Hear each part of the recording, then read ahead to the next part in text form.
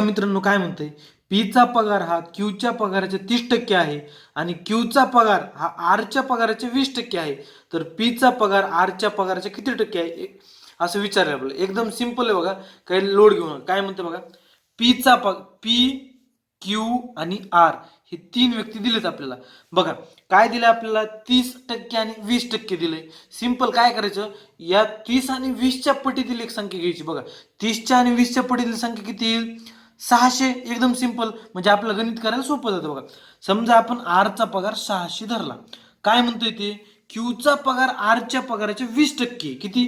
बघा आता 600 चे 20% किती, 6 दुनी 12 म्हणजे 120 झाला क्यूचा पगार. पुन्हा काय म्हणते बघा, पीचा पगार हा क्यूच्या पगाराचे 30%. समजा मी ते लिहून दाखवतो, हा 20% आणि असा येणारा 30%. तर 120च्या 30% किती, 12×36 म्हणजे 36 झाला पीचा पगार. आपल्याला विचारले काय मित्रांनो, तर पीचा पगार हा आरच्या पगाराच्या किती टक्के. कुणाच्या रिलेशन मध्ये विचारले, आरच्या. मग आरचं खाली घ्यायचं किती, 600. आणि कुणाचा विचारला आपल्याला, पीचा म्हणजे 36. किती टक्के विचारला, टक्के म्हणले गुणिले 100. 2 शून्य कटले, 2 शून्य कटले, 6 1 6, 6 6 36. म्हणजे उत्तर किती आपलं, 6%. धन्यवाद.